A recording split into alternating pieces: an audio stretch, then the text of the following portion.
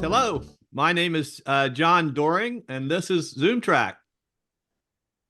Good afternoon to everyone, and welcome to the December 2023 installment of NRail's ZoomTRAK. This is my first time as host, but obviously it's not the first ZoomTRAK. You guys have been doing this for several years now, and it's great to see many familiar faces and all of you representing the N-Scale faithful here on a Saturday in December. NRail is the organization promoting N-Scale model trains in all forms, including modular railroading and NTRaK, TTRaK, and Fremo N standards for home and club layouts, and indeed just about everything model trains, even beyond the layout. We're focused on the sharing of knowledge and camaraderie and joy in model railroading, and all of it in the normal scale. So welcome, everyone.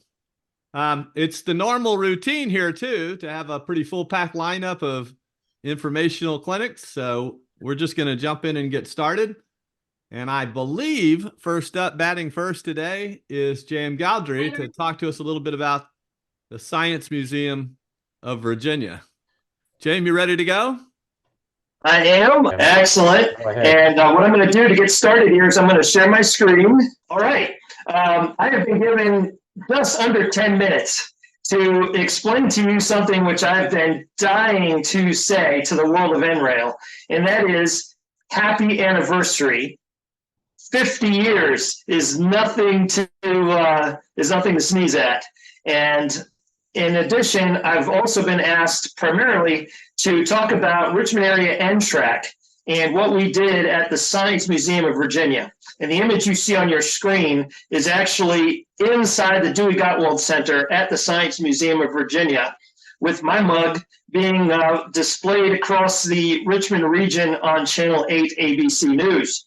And that is about the limitations of what I will display my own mug, because I'm going to flip. Oh, I lied. Sorry about that. You know, folks, this is the season of giving and receiving, otherwise known as Merry Christmas in some countries and all kinds of other jollies and anywhere else that you might be from. And so in that spirit of giving and receiving, here's what I'm really interested to share with you next. Our year, the Richmond area NTRaK year, started just about this time last year with our Friends and Family Night.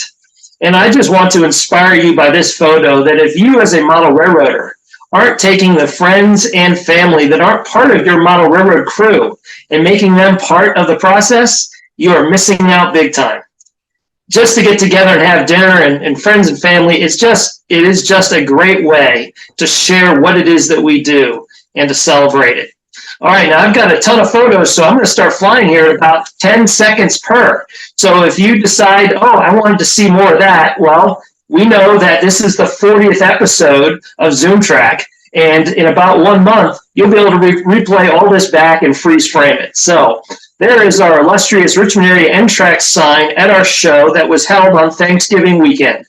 And what else did Richmond area NTRaK do in the past 365 days to celebrate 50 years of N-scale modular model railroading? Well, I'm glad you asked.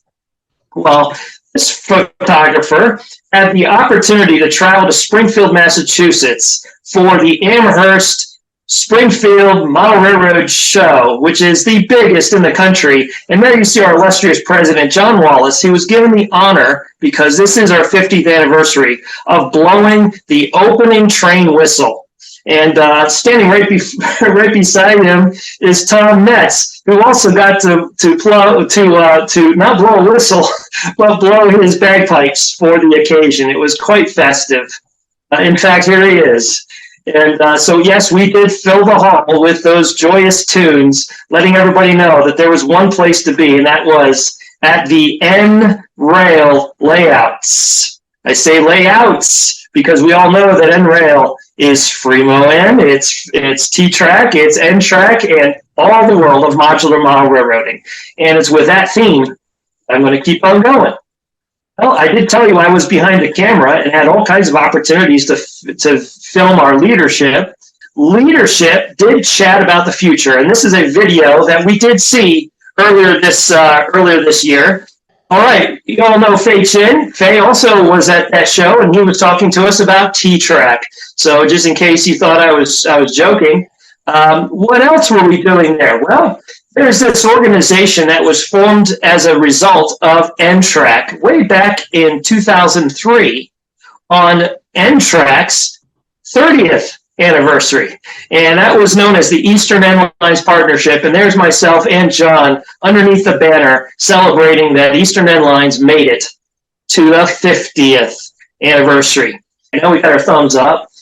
All right, well, there is this little train that went around the layout known as Cotton Brute, and you got the chance to see Cotton Brute all across the country, from Springfield, Massachusetts to Reno, Nevada, to Grapevine, Texas, to Altoona, Pennsylvania. Literally everywhere that NRail went this year, so did the Cotton Brute.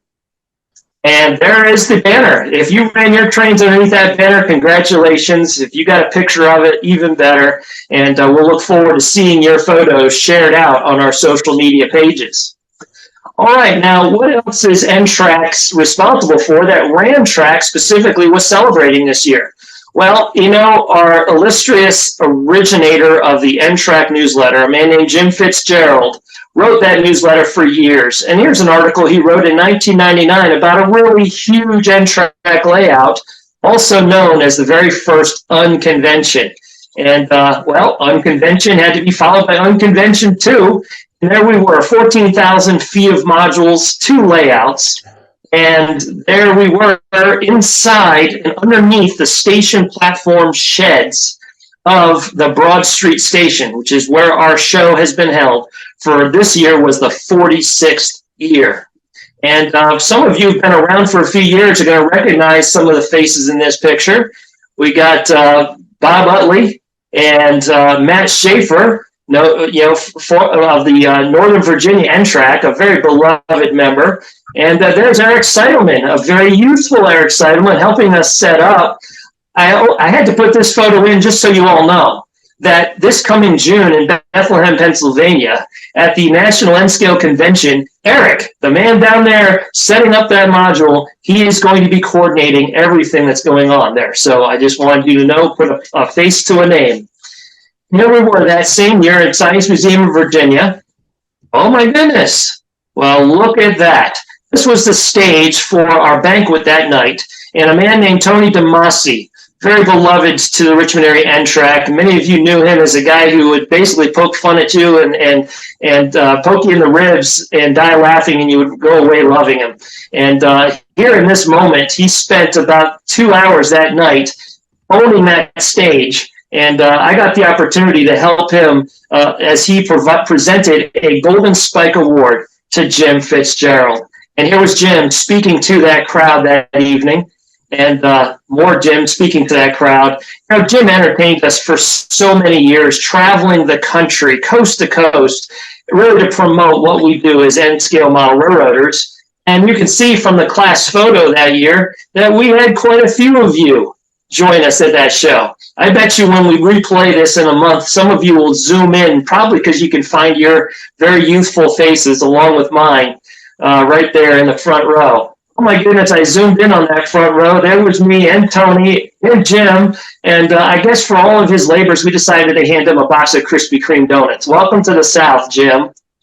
And here's the comment that I put up in there. Really? I drove 5,000 miles across the country for a donut? These East Coast guys are idiots. Well, that was my little sense of humor. But to be honest, what makes an unconvention a success? We all know the answer to that. It is teamwork. Now, that's the next theme of my presentation here. This is an NRail club roster.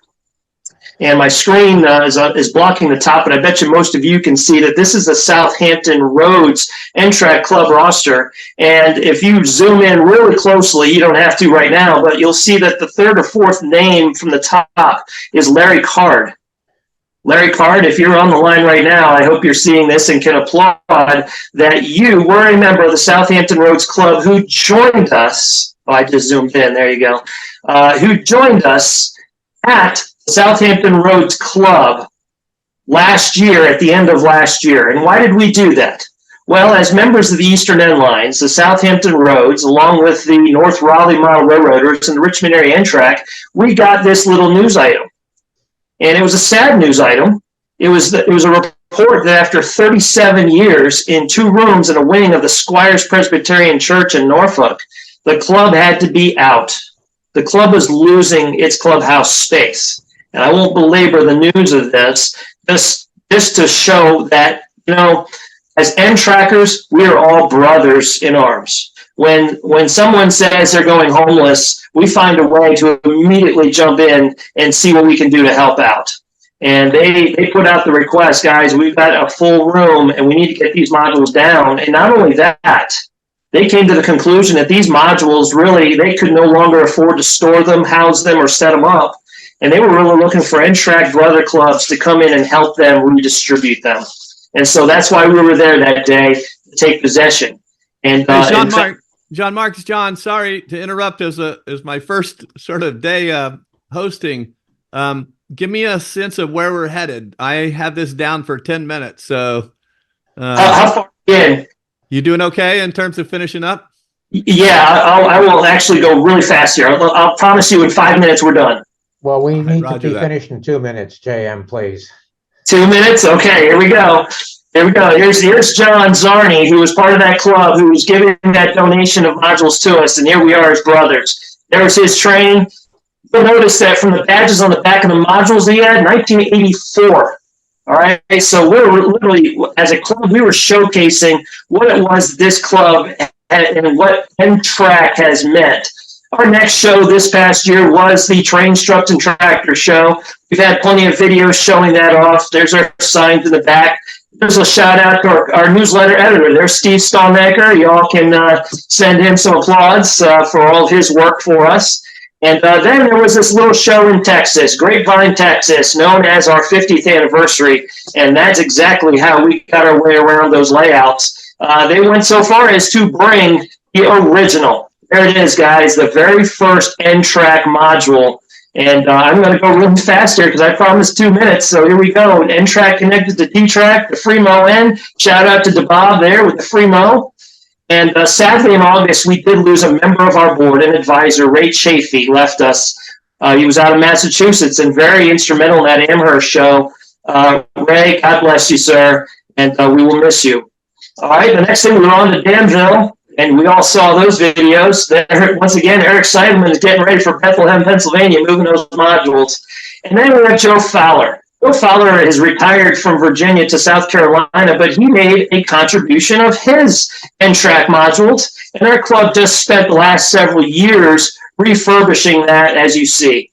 And finally, there is that Broad Street station where we had this Science Museum show. Our club members started coming in. There was the original layout plan. That's our NTRaK layout to the lower, and our TTRAK, RANTRAK layout to the upper. And so there is the floor plan. Everybody's coming in and applauding. There's those John Zarni modules taking the stage. I'm flashing right through here. There's his cards. All right, and we're coming up to the big finish here. More. RANTRAK, Richmond area TTRAK, not to be outdone. There was our layout. Lots of great stuff to see on the world of design of TTRAK modules. And I wrap up right where we started with a Merry Christmas and have a Happy New Year. And as I said the other day, by golly, make it an N-scale New Year. John Doering, thank you for that. Sorry for going over a few extra minutes, but I look forward to seeing the rest of the program today. Goodbye. Fantastic, Jean-Marc. Thank you. Thank you for that. I saw a lot of slides in there that I want to take a little bit more time to go look at. And maybe connect with you with some follow-up questions. Thank you so much for sharing. My pleasure. Let's go right into our second round here, and that will be Chuck Peterson of OK NRail, who is going to enlighten us a little bit on mini dioramas. Chuck? Thank you very much for letting me come on and share this with you. I will get into it since time does seem to be of essence here. I'm going to discuss mini dioramas, which is a concept that the Oklahoma NRail group has found.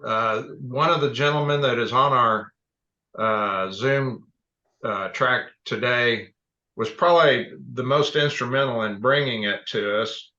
And I'll get into that. But the question is, you know, mini dioramas, we see this as a way of promoting our hobby to new modelers. This is a way to inspire new beginning model train fans and to explore our hobby. It's a new module concept, which nobody's really mentioned this type concept here today yet, but it's new, and I hope it kind of takes off here with our organization. And Stephen Moore, who is on our ZoomTRAK today, I think, was the one that brought it back to the United States from Japan after attending a convention in August of 2022.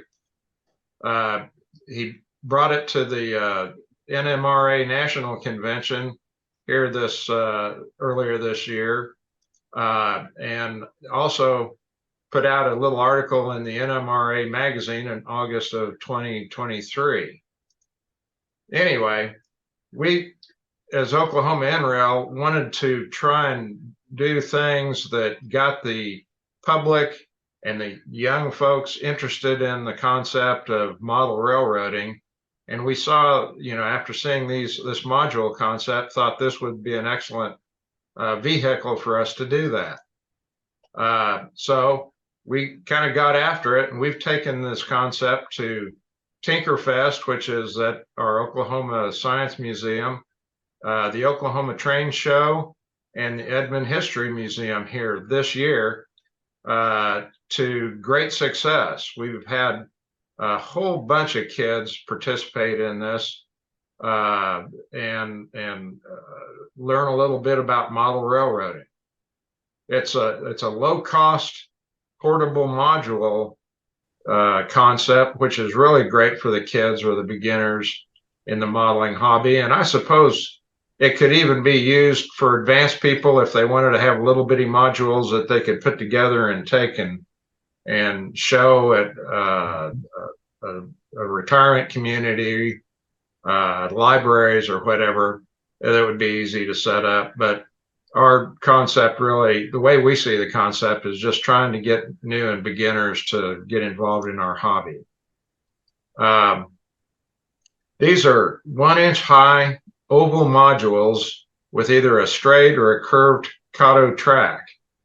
The track is what's shown here, and I can't see it because of the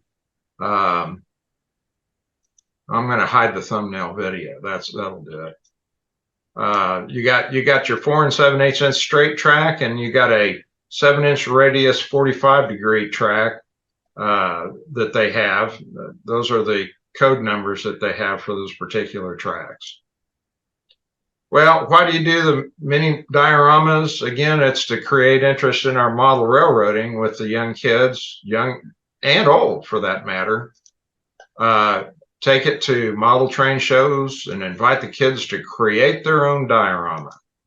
It allows the kids to be creative, exposes the kids to the hobby of model trains and how easy it can be. Usually takes less than an hour for the young artists to create their mini module or mini diorama. And then once completed, they can easily insert that into a running mini module layout, actually see it with trains running on the layout in action. So how do you make mini dioramas? Well, you can build a 1-inch thick base from a Kato kit. There's also the capability of 3D printing a base or carving a 1-inch thick extruded styrofoam base on which you can apply the track. The kits that are available from Kato, are shown here at the bottom left. They do tend to be a little bit pricey, but they do include some instructions and a piece of track. Another option is to laser print your bases. So these are example of some 3D printed bases that we have prepared. A couple of our guys didn't have a 3D printer. And then we also make bases out of the 1-inch thick Fumular, Owens Corning Fumular styrofoam. And with that piece of styrofoam, we can actually cut out, 16 to 20, maybe even 24 modules. And at $7 for a piece of styrofoam, you can see the price per module is probably below around 35 cents per module. And then the track on top of that may be less than $2. So you really cut your costs down on making these modules. Now, the 3D printed module bases, these were printed by Walter Christensen, one of our club members. And he made these modules to be modified for trackside styrofoam inserts, where we could lay it on the left and the right side. And then from that, you can carve terrain that has more variation than just the flat modules that you might otherwise print. It does require a 3D printer and a print file. Now, this design that we have right here is shown to be both very stable, yet it's flexible for the terrain variations, which we found very appropriate. Now here's some 3D printed module bases. These are the standard oval 3D module bases. This one is particularly for the curved track. We did find that we ran into some problems with warping. And so without any additional bracing, this warping can cause problems. In fact, it might prohibit the module from actually laying flat. So that's why we've kind of headed towards our preferred module, which is the use of the extruded styrofoam because of its low expense. It's the most flexible as to the diorama terrain, and you don't need to have a 3D printer. First of all, you'd cut some styrofoam to fit the size of the track, and then mark the styrofoam at the end of the track. Then trim off that excess there. It needs to be square so that the modules can actually fit end to end. And then we would outline the shape of the module that we want to have, and so we can trim it. Now, we can either trim it to the standard oval size, which is what this dark module is right here, or you can kind of go freestyling, which I've done here, where I've drawn some extra area in there. With that, with the styrofoam, we can easily add some hillsides. That doesn't look like much of a hillside, but it kind of can turn into that if you know how to work it. And you can see right there, there's a carved hillside with a rock outcrop. We can even cut the channels. And with this one, we actually used a hot knife to cut the outside of the module to the correct shape. But you can also use a utility knife. It just takes a little bit more effort. You can smooth out the surfaces with maybe an 80 or 120 grit sandpaper. And that gives, I think, a better surface for things to adhere to.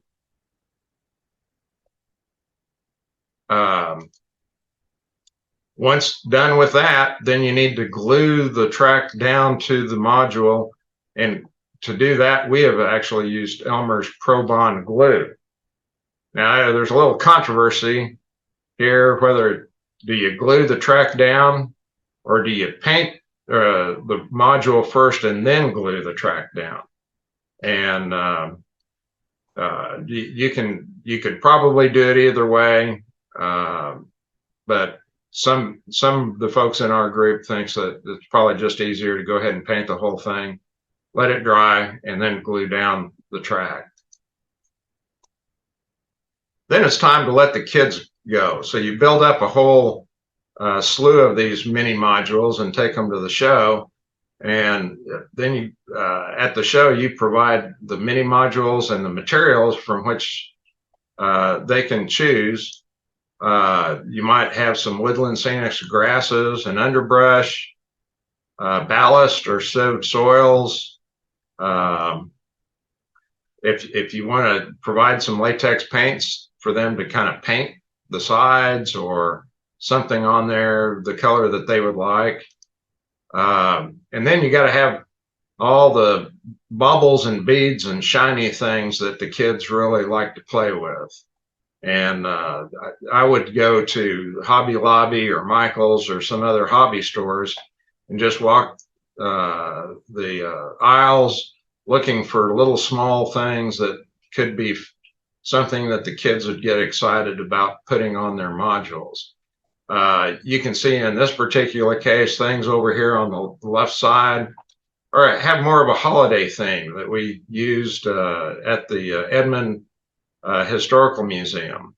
On the right here and in these two modules or these two bins that we have, we've got just some more standard stuff that would be good any time of year. You got your dragons and dinosaurs and maybe cows or other creatures that you wouldn't be too big for the module.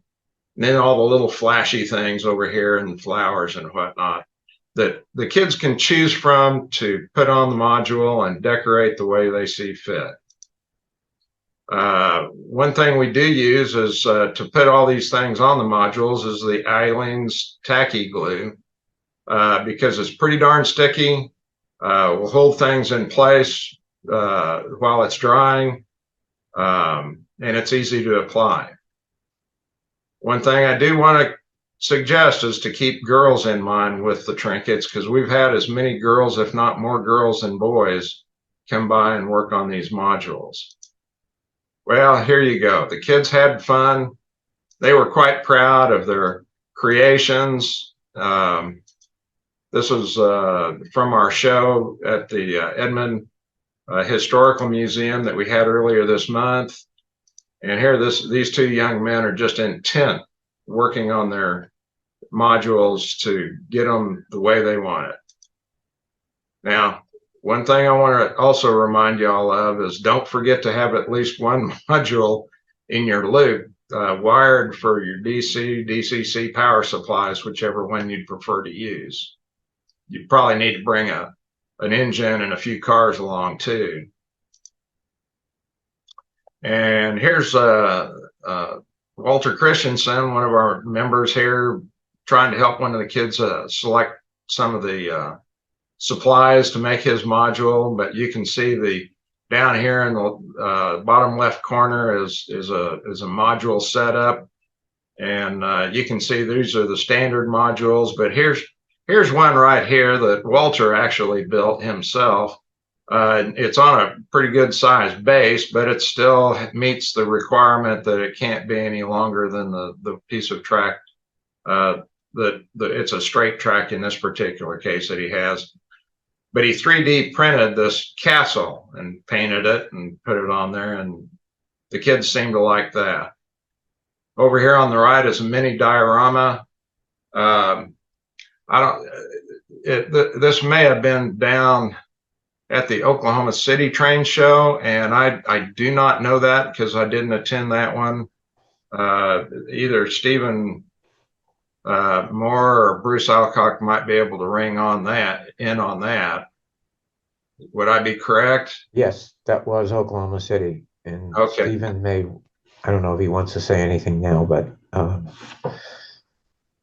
Stephen ran that table and it was really a good turnout. He was busy 2 days long. Yeah. Well, yeah, Stephen, yeah, I do want to be sure to thank you for discovering this concept and bringing it here to the U.S. And I probably shouldn't even be the one to do this, but Bruce asked me to do it anyway. That said, I do want to give you all the credit for what you've done to help promote this. Want to thank you all for your interest. Information on 3D printing you can get either from us at info@oknrail.org, or there is a 3D or there's a YouTube link right here for doing 3D printing of the modules. But I was going to speak, but I was waiting for a pause. Okay. Anyway, these are just links to the 3D files down here below to make the 3D modules that we've been talking about already. Like I say, again, if you got that capability, you can give it a try. We sure do like the extruded styrofoam because it's so flexible and you can kind of go to town with it. It doesn't have to be the standard oval. And I will say that is the end of my discussion. And thank you very much for letting me present it. Thank you, Chuck. Stephen, you want to jump in? That would be great. Let me cover a couple of points that are important. Number one, Hiroshi Kato, this is his property rights. So all he asks is use this track. Okay. Use this track and try to stay to the standard. Oval and a straight. I mean, oval and a straight. A curve and a straight. When you start getting into, hey, let's add a switch, like some guys from Australia were trying to do. Hey, let's add this. Let's add. He's like, no, go do T-track if you're going to do all that. But he's like, stay to the standard and use my track, please. So that's his basic concept. And he provided, he can provide, if you're doing a large event, he can provide these flyers. Let me show you. I happen to be at a library event right now that we're set up for. Wow. Okay, there we go. This is the flyer that that they can provide for you. These are the modules that I do in the foam. That's just a straight, and then I've got some curve over there, and this is just a simple little setup I've got right here right now. Wonderful. 3D printed Snoopy, Harry Potter hat. This is the champion from the National Train Show. Nice. Uh-oh, somebody's slithering out there. But yeah, that's what we're set up at the library this weekend, pushing it to try to do the circus in January at our train show in January at the Plano Train Show, which is this information right here. But important points, sorry. One of the things is Hiroshi doesn't like contests for these kids. He doesn't want people to think, oh, mine wasn't good enough. So raffles are better. Anybody that has a decorated module brings it in and we have a raffle. Anybody can win. And important note, it's mentioned in the flyer several times, anything goes. Anything at all. You can put anything on that module, including the stuff off your bowling birthday party birthday cake. And in Japan, what they push it with, they had 500 entries last year in their thing, in their mini diorama circus. They push in the STEAM program. We're trying to get that accomplished here. We're working with some educators right now to try to get it accredited and into the programs in the schools here in America. Did I miss anything? No, I think your additions were good to the things that I had mentioned. All right, gentlemen, Chuck, Stephen, that's awesome. You totally reframed my whole thinking about model railroading. All of a sudden, a 1-foot T-track module is a big one. So, it is. Wow. That's what these are. That's where we're showing T-track here. This is a new one. Yep. Candyland, Back to the Fantastic. Future. It's crazy here. But yeah, there's our crew. Hi, Thank you. hi crew. thank you for sharing that all with us. We're pressed for time, so No we're worries. going to move on to our next thing. But thank you so much for sharing that with everybody. I'm sure everybody's going to have some ideas around that. Okay, we're off to our third and last stop for the day here, and this will be Rick Harnish sharing a little bit about the High Speed Rail Alliance, which I didn't know anything about, but I did a quick check on the website and learned something. But I'm looking forward to learning more. Rick, are you with us? So the High Speed Rail Alliance is a nonprofit. We're advocating for a national integrated network, and I'll describe an integrated network in a little bit. But we think that in order for us to have the high quality trains that our cities need, you really need to think about it in terms of broader networks, a national program as opposed to little individual programs, and take advantage of the huge flexibility that trains have to do different things. And just like an NRail model, you can take it apart and put it together in different ways depending upon what pieces or what resources or what you want to accomplish. You can do that with trains. So it's a really exciting resource that we need to make much better use of. I'm frustrated that you can't buy a ticket on this train yet, because it in many ways symbolizes what I'm talking about. And it also symbolizes one of the problems we have in this country of, we have a not invented here syndrome. So we tried to modify a train in a way that probably shouldn't have been modified that way on a small market. But I'm looking forward to riding this 160-mile-an-hour design. Yeah, and let's get going. So when I talked about the building blocks, this is the best way I've been able to do it. So there's steps that you have to take each time you want to go faster.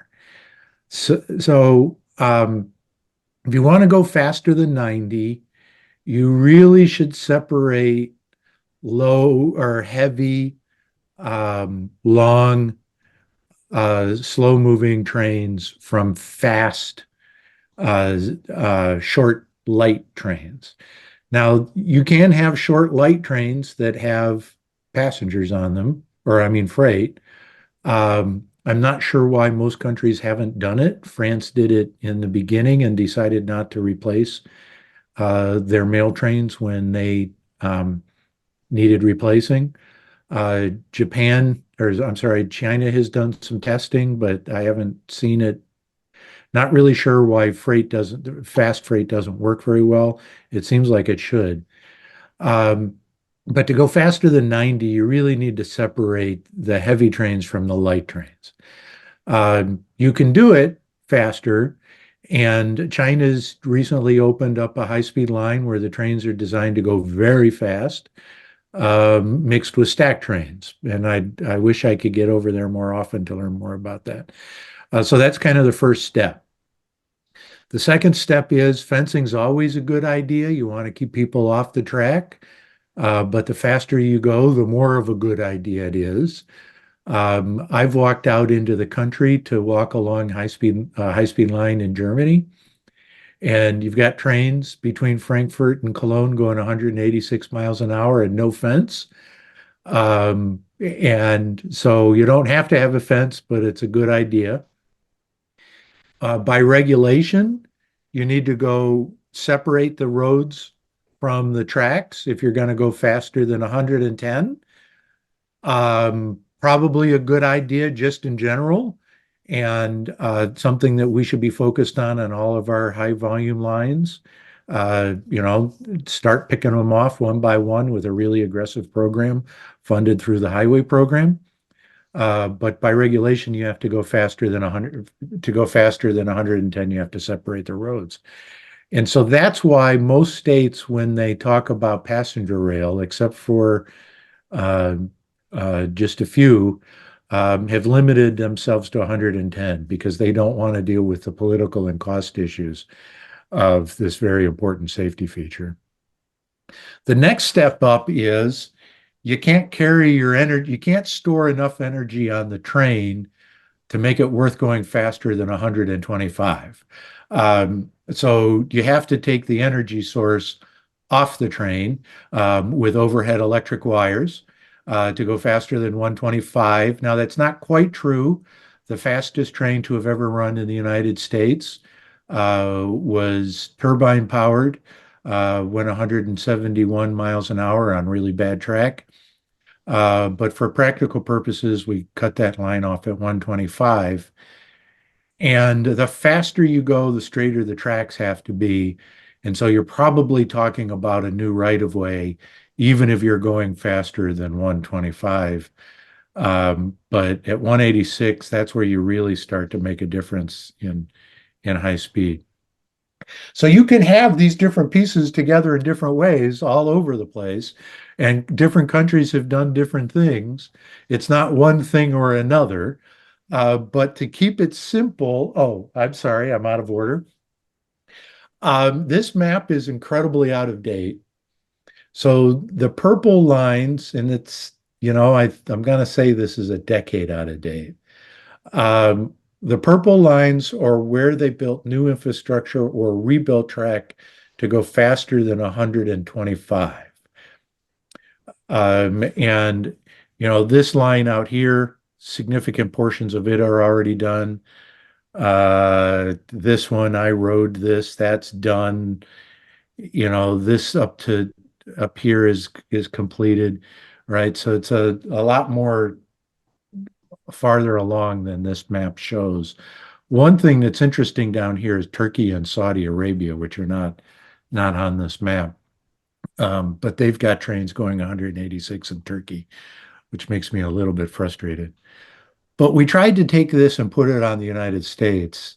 And so you've got essentially France here, which is basically most of the Midwest.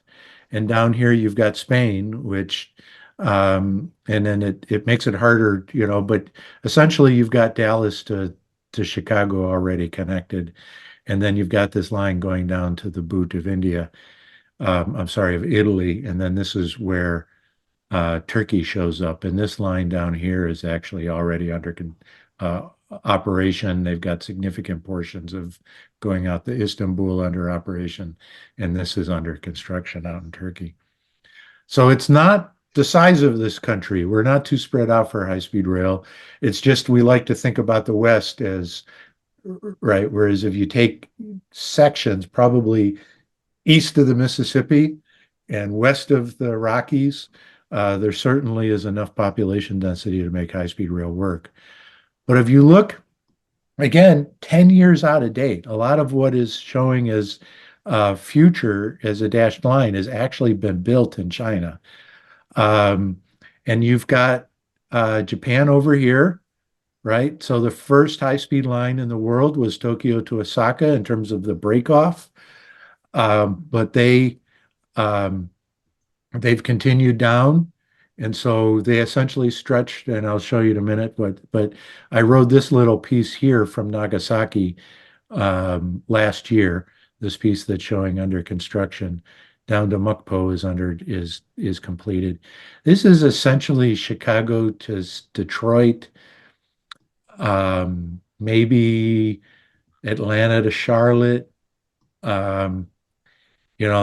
This here is Chicago to Miami. And, the thing is, most people think like the train goes the whole way, right? But you got lots of trains doing different things because you can run a train every 5 minutes. And if you do it right, you can run a train every 3 minutes, right? But there is one train a day, last time I looked, that you can take one seat ride from Beijing to Hong Kong, the distance of Chicago to Miami, 7.5 hours, right? This is Chicago to New York, Beijing to Shanghai, 4.5 hours. And the 4.5 hour train is every hour, last time I looked, but they've got 72 trains a day between those cities. So it's we think that we're big and we're exceptional, and we're really not that big compared to where other places that are doing high-speed rail. And then we took this and tried to put it on top of the United States. We stretched out the Japanese line because, it really curves around their coastline. But again, Boston to Orlando, it's already in operation in Japan. They've got this line that goes out to Urimki. Again, it's not a problem of we're too big. We've made the wrong decisions. So one thing that we have a real problem with is understanding that railroads work in networks, not city pairs. So for a lot of reasons, railroad advocates were really not very optimistic, not thinking really truly. And so they wanted to, trains definitely work in this case. And that case was competing with the airplane downtown to downtown. And so at that point, it was the minimum you're in the air is an hour. It takes an hour to get to the airport and get through security, which is no longer true, and an hour to get from the airport to downtown. So somehow, yeah, trains kick ass in that market. Once that train is there, there's no point in having a plane anymore. But that doesn't mean that's all the trains can do. And it's hard to justify the infrastructure for that small market. Stan, it's Val. Because that really is a small Hey, market. Fretch just called me. He said he's trying So to what turn you the need to layout do on and it's not doing is anything. think It's not turning about on at all all. of the Do you know possible if anything- permutations, because if you go back to just that one city pair, there's not really much opportunity to ride that train. But if you add everything else in, all of a sudden this piece in the middle, if that's conventional rail and you get it down to 2.5 hours, then it'll have a lot of riders on it and it'll feed a lot of people into this because you're competing really well with the automobile. But now, because you've got all of this traffic feeding into it, you can justify building a new high-speed line, which cuts it down to 90 minutes, and all of a sudden, everything goes up 10 times.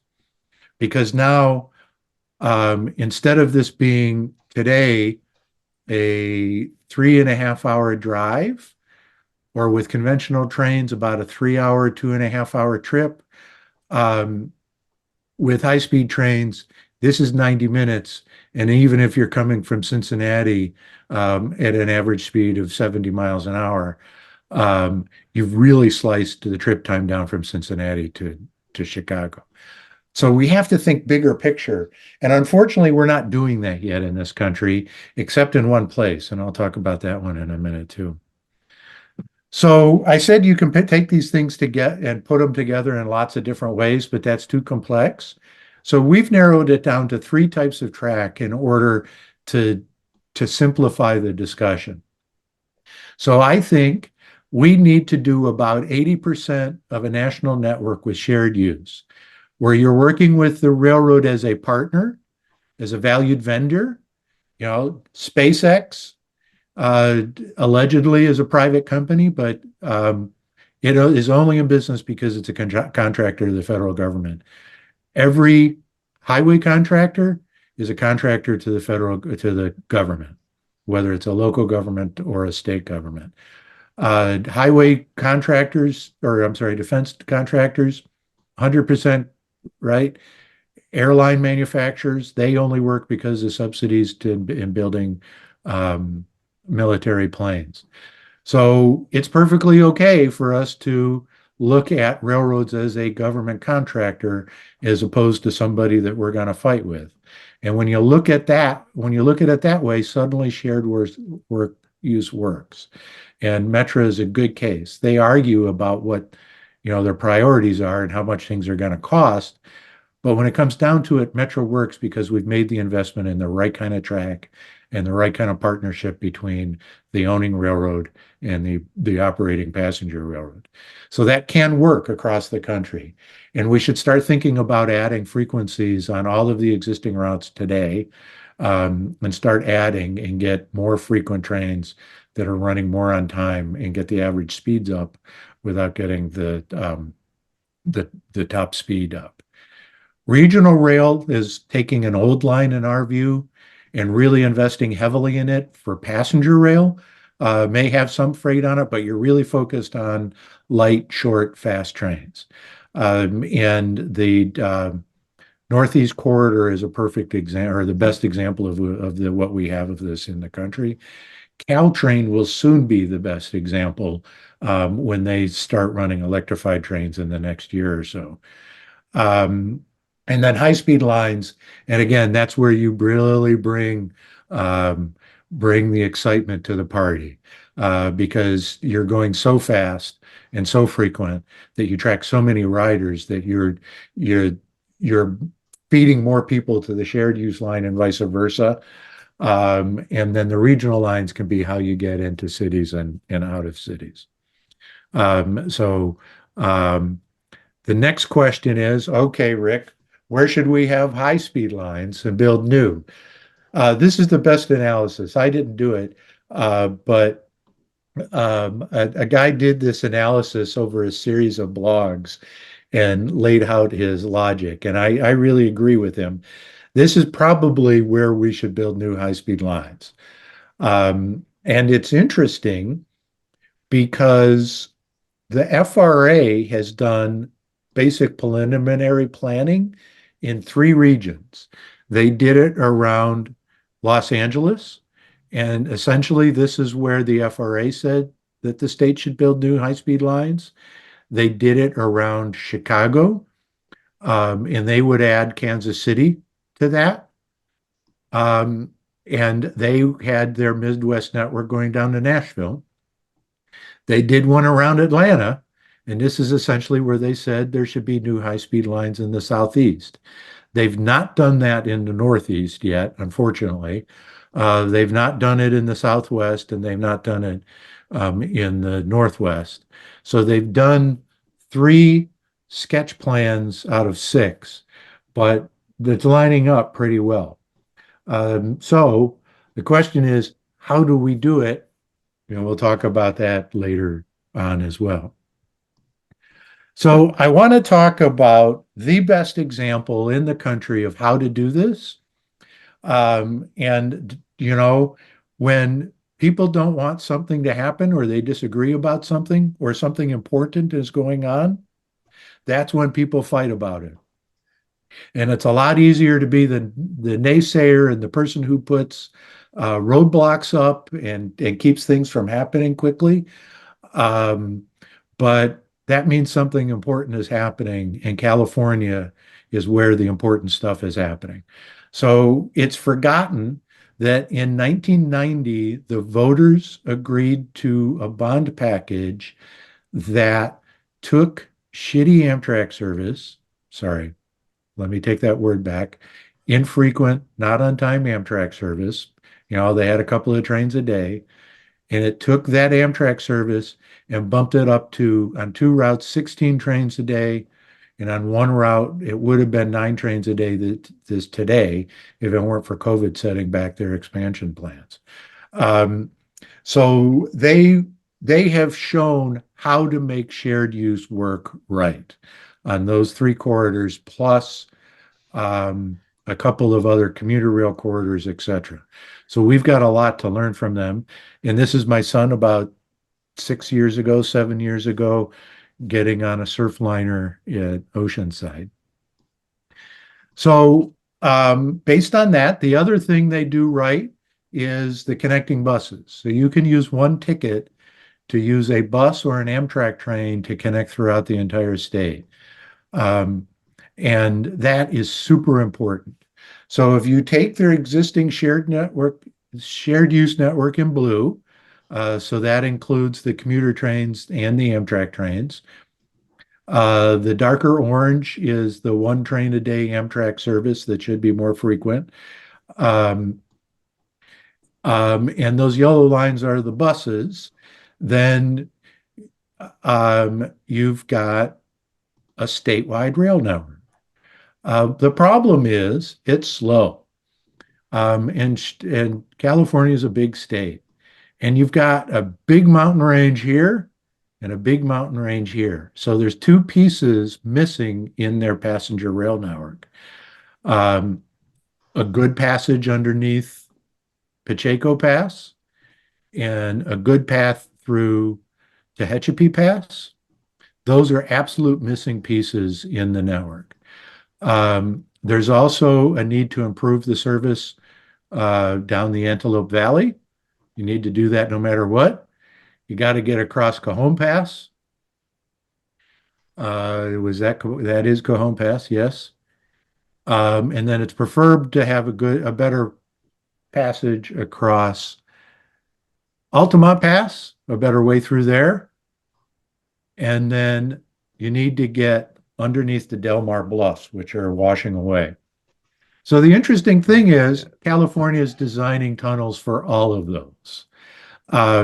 They're far along in actually getting the design work done for each of those. They started it here. They've got federal environmental approval here, federal environmental approval here. They've got this one. No, that's a missing link. Why don't I go to the next map? No, that's not the next map. We'll talk about that in a minute. So in the middle of the country, we need to have frequent service. And unfortunately, in the middle of the country, people start with a proposal for 2 or 3 trains a day, maybe at the most. And then they say, we'll see how this works, and then we'll do something later. Well, the problem with that approach is twofold. One is you get a bite at the political apple once every 10 years. So you better make sure your plan is what you want to implement when that 10-year cycle rolls around. Not something you'll say, well, we'll start in this year, and then the next year after that, we'll do this, and the next year. You need to have your plan in place for your once-in-a-decade opportunity. The other is you're competing with the automobile. The automobile runs whenever you want it to. And so the trains have to run throughout the day because people don't just travel in the morning and the afternoon.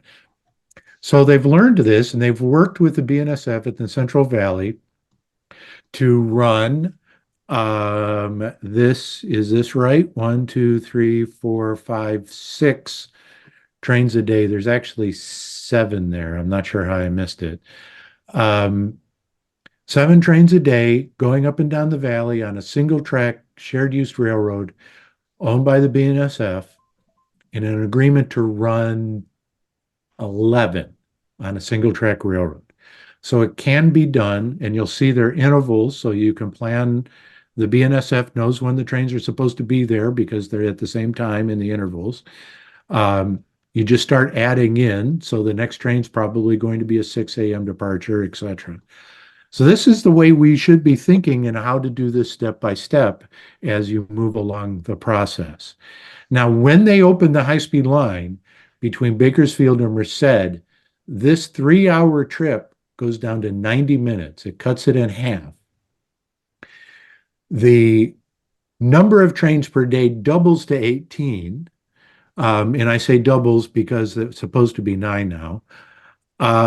And then the resources that they're using to run the Amtrak services in the valley, those resources instead go to run more frequent service north of Stockton and Merced to go around to Oakland. And they're in the process of expanding the commuter line in order to have more frequent service meeting at Merced going to Sacramento. And then at the other end, they'll double the number of buses going across the mountain.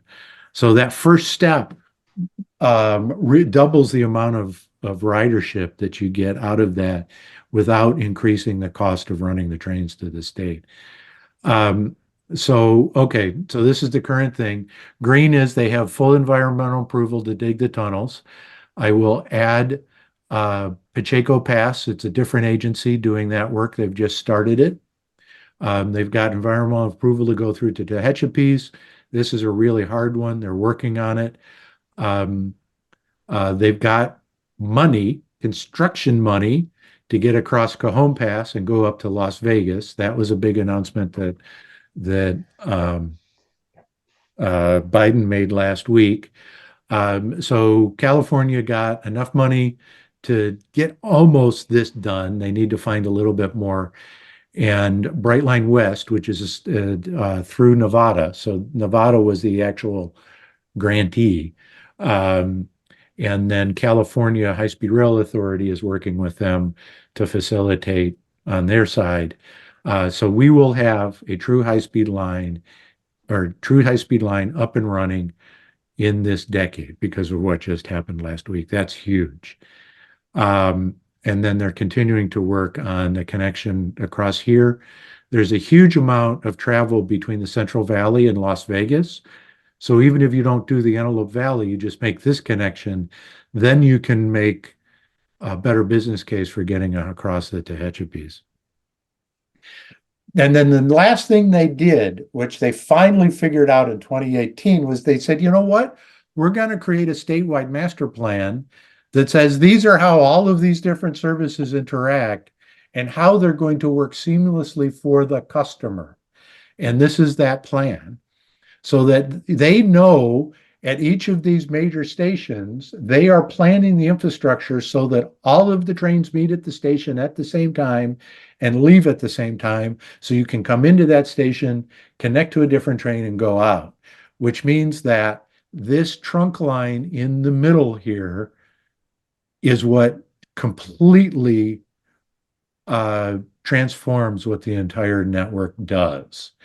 And this is where that at the beginning I talked about high-speed rail brings it totally different. They multiply it by 10 times, right? This is what I'm talking about here. So this is every county in California from north to south. And this is the amount of travel by train or Amtrak bus between those counties. And I point out Fresno here because Fresno, in terms of, the way we think of in this country about Amtrak stations, Fresno actually is a pretty busy station by our very low American standards, but it doesn't show up on this graph because if you put it here, it wouldn't show up on this graph. So this is if they build that coordinated network with high-speed rail in the center. This is what the ridership from county to county looks like in 2040 compared to 2010, which was their base year. And I want to point up out here, this county up here, very rural, northern county, nowhere near the train network, but their bus service starts to work much better because they've got the volume of connecting services that allow them to run more frequent bus service, which means the bus service works better for them, even if they never take a train. So this is what we should be doing on a national scale, thinking about this nationally. And then each region should do it, each state should do it, and each metro area should do it, and they should all interconnect. It's a very complicated process, but suddenly things start to look much more feasible if you think about Chicago to Indianapolis as part of Chicago to Miami, or even at least just Chicago to Atlanta, with lots of feeders coming in at all the different places. So unfortunately, though, our current federal program is not federally led. It's federal money that entities can go ask for. So it's not coordinated at a federal level, it's state by state. And no state is going to be super active in a multi-state corridor. There are some instances of cooperation. The Charlotte to New York corridor is one where Virginia and North Carolina are working very closely on the Charlotte to Washington piece. And they just got a big piece of money to do a small piece north of Richmond. And then Virginia got a chunk of money to do the Long Bridge, a new passenger bridge across the Potomac River. And they actually have a compact where they're working together on that. But the interesting thing is, if you hear a conversation about that corridor, they never talk about Charlotte to Atlanta.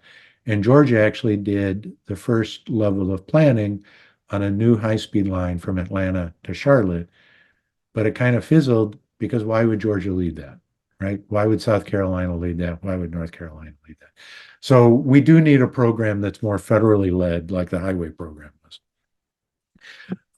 But at this point, it's a multi-step process where a state or other eligible entity does the initial planning, gets into the federal process, continues to apply for federal money.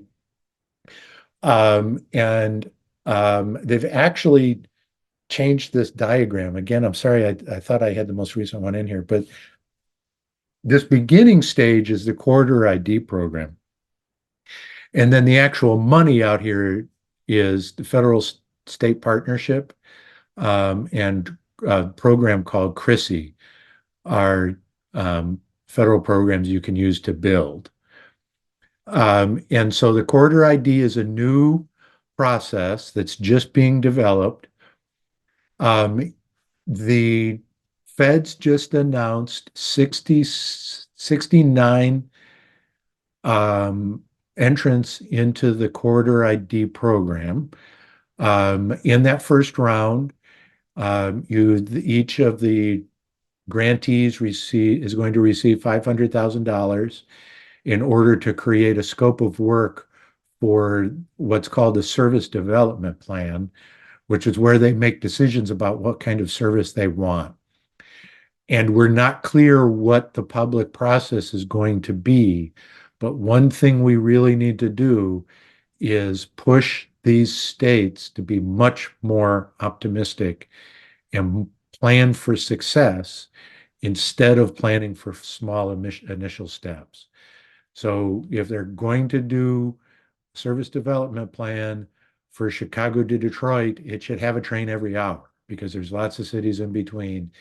They shouldn't start thinking about 5 or 6 trains a day. It should be every hour. Now, that doesn't mean you start building it every hour, but the plan should be for every hour. And we're in the process of figuring out how we can help people like you get engaged in that process so we can think big so that the next go around, we can get even more money and think bigger and get stuff happening and get actual trains running and operating.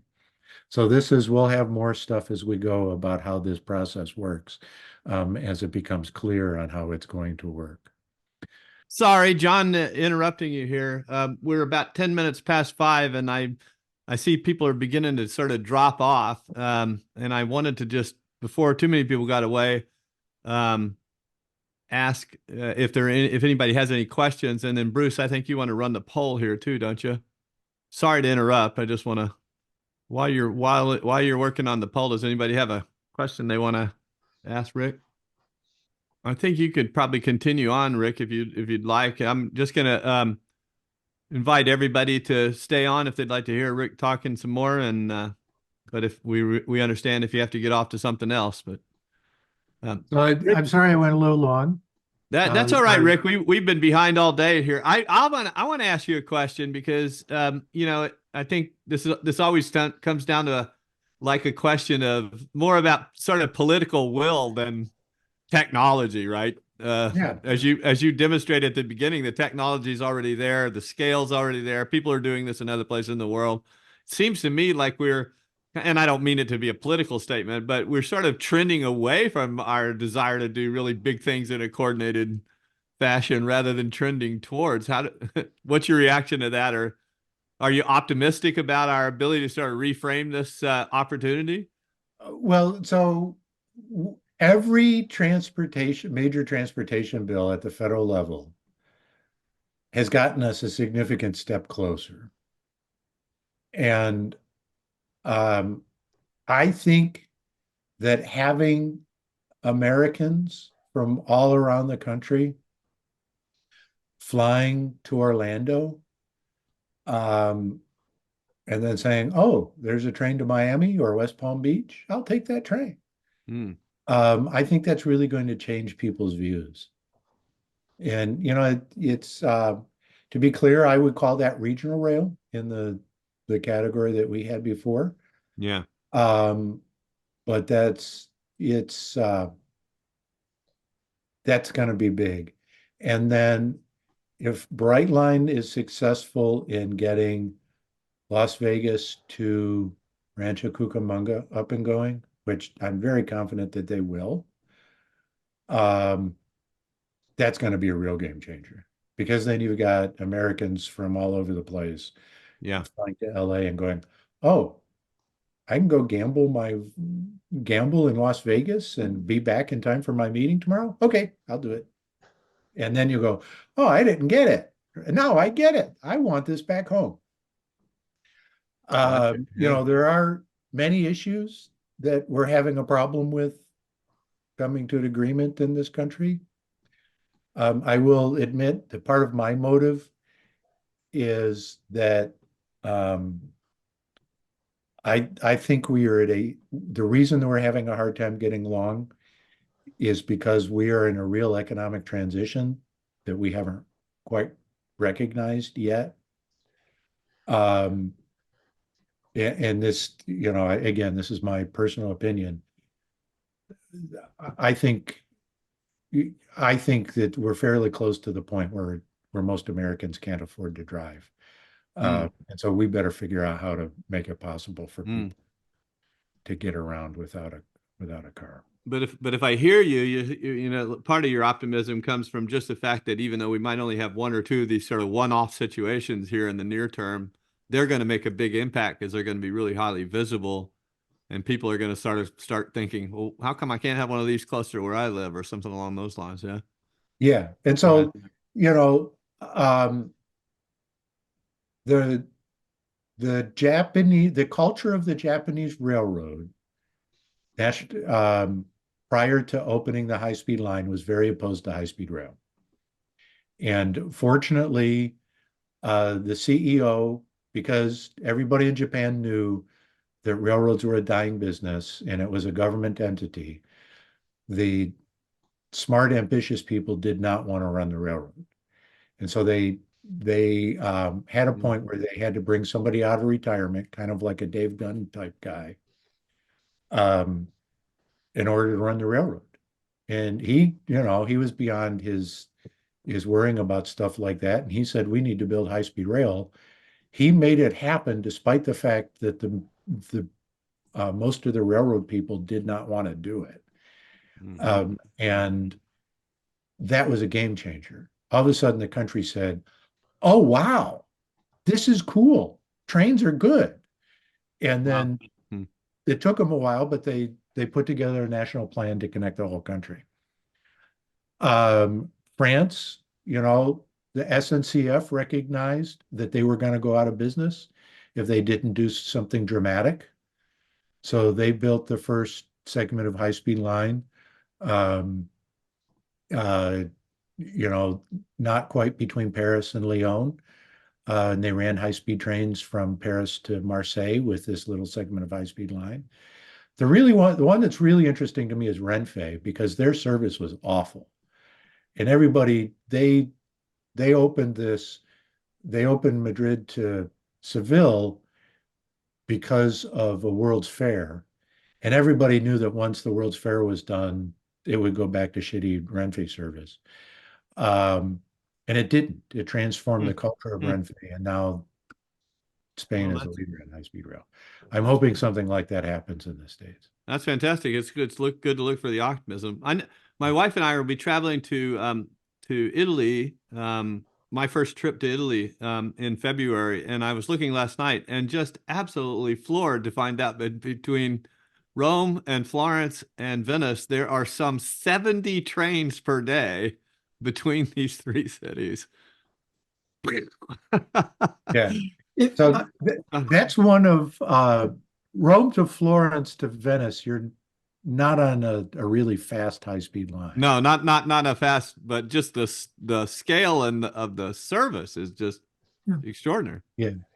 Looks like Paul had a question here. Paul? I'm looking at this map you've got up here with the Amtrak routes and everything else. It really looks impressive until you realize that to go from, say, Cincinnati to Washington, D.C. is going to be like a 12-hour trip. So if you can get through. And a lot of the other routes, it's the same thing. You're always stuck behind a freight train because they have priority and the passenger stuff can't get through. So now what this map represents, the dark blue, of course, is where Amtrak is operating. Mhm. And if we invested in the right kind of track, so the problem is that the railroads, it doesn't make a whole lot of sense to highly invest in railroad infrastructure. So we have been pulling up track now since essentially 1910, somewhere in there when the ICC got true regulatory power. And so it's not that the freight trains have priority, it's that the track is horrible. And Mhm. so you can't run good freight service and you can't run good passenger service. So there's a lot of stuff going by truck that should be going by train. So we need to invest in the railroad in any case. Now, Cincinnati to Washington, you know, it's a slow railroad. It could be faster. It could be more frequent. Could be on time. But it needs, the Cardinal route needs substantial improvement. Just 3 trains a week is stupid. There should be 4 trains a day at minimum, and they need to get the average speed up around 60 or 70 miles an hour somehow. But what this map represents in the lighter blue is where the FRA gave a state or other entity money to start doing planning work for something either new or better. And this is where we've got to push on the states to do something really, really dramatic. So yeah, I agree with you. You know, you should be able to, without building, you know, without acquiring new right of way, it should be reasonable to expect that you would get on a train in Cincinnati sometime after dinner and be able to attend a business meeting in Washington, and have a fairly decent night's sleep. Whether you know, I would ever expect high speed on that route, I don't know. I have a suggestion. I have a suggestion. So last summer, I got my old TGV out of the box, the French TGV bullet train, and I ran it on our Appalachian Mountain modules. And basically, I changed the name of the TGV to the Tennessee General Valley Express, and was demonstrating to the public what it would be like to go from Nashville to DC on a high-speed train right through the heart of Appalachia. And it was a fun exercise. A lot of people looked at me and said, that's not real. That doesn't run there. But I think as a model railroad modular organization, what we really need is to actually draw this out on a napkin, which is how most of our modules get started. And we actually build that network that way. I like that start. Well, you know, something's lost.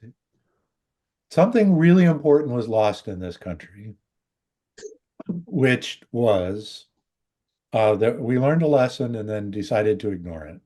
So the lesson was learned in 34 when the M10,000 and the Pioneer Zephyr started running. So make the train light. So you don't have to have a lot of horsepower in it. So it's less expensive to operate because you don't have a lot of horsepower. So the train's light. You get the floor as low to the ground as you can. So remember, the Pioneer Zephyr had a lower floor than the standard American height. Articulated trains are much safer. They are smoother for the customer, so they give a better ride on bad track. And they can take turns faster because they put less stress on the outer rail. And so, you know, if you go to Europe, out in their regional networks where they don't have high-speed lines, they're all articulated unit trains. Most of them are electrified, so you don't have a spot for the locomotive, but the ones that do are Stadler-like, where you've got a module in the middle and the traction motor's at the ends, and it's double-ended. And now what you lose in an articulated train is seats per foot of train. So if you've got really good track and you don't need the articulation, like you've got really good high-speed track, then you don't need the articulation, right?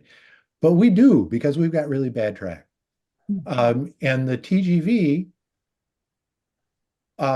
is articulated in part because of all those qualities. And, they had a derailment at 186 miles an hour. The train stayed upright, nobody majorly injured. I've seen pictures of TGVs that have hit trucks because they do have grade crossings, not on the high-speed lines, but, they'll go 100 miles an hour over a grade crossing. And boy, that accident looks a lot better than one of our trains hitting a truck. Because the train's articulated, it stays together in the accident, and it's low slung, so it stays upright. You were mentioning public-private partnerships. Do you have an opinion about what's happening with Brightline in Florida, Orlando to Miami? They seem like they've got a good program going. Yeah,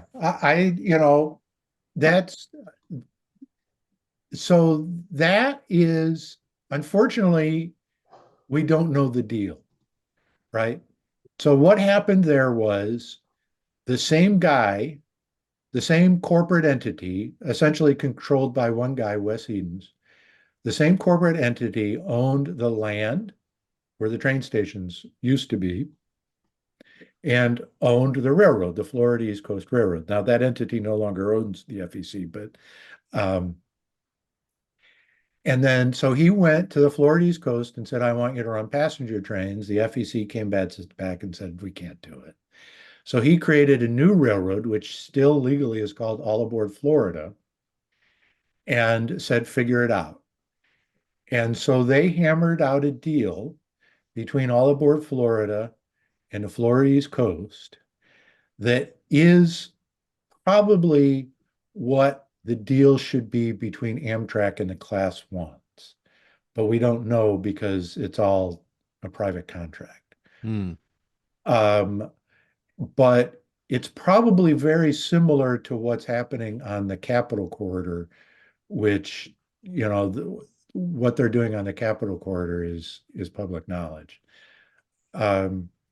So that really is a model for how we make shared use regional rail work. Rick, thank you so much. Boy, there's a whole lot more questions I could ask, but you got me. You left me with some optimism here about progress over the next decade, and maybe a lot of progress over 2 or 3 decades, huh? Thank you for having me.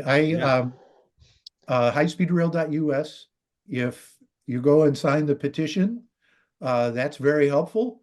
Okay. And I'll also put you on our email list so that you can stay up to date with us.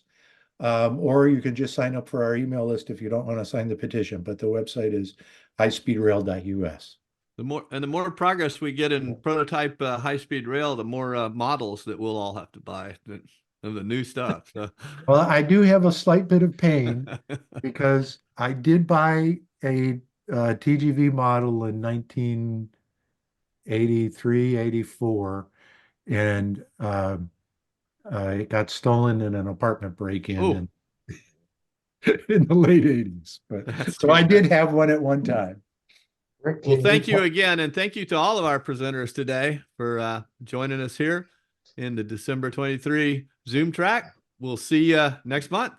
Great. Thank you. Thank you. Bye, everyone.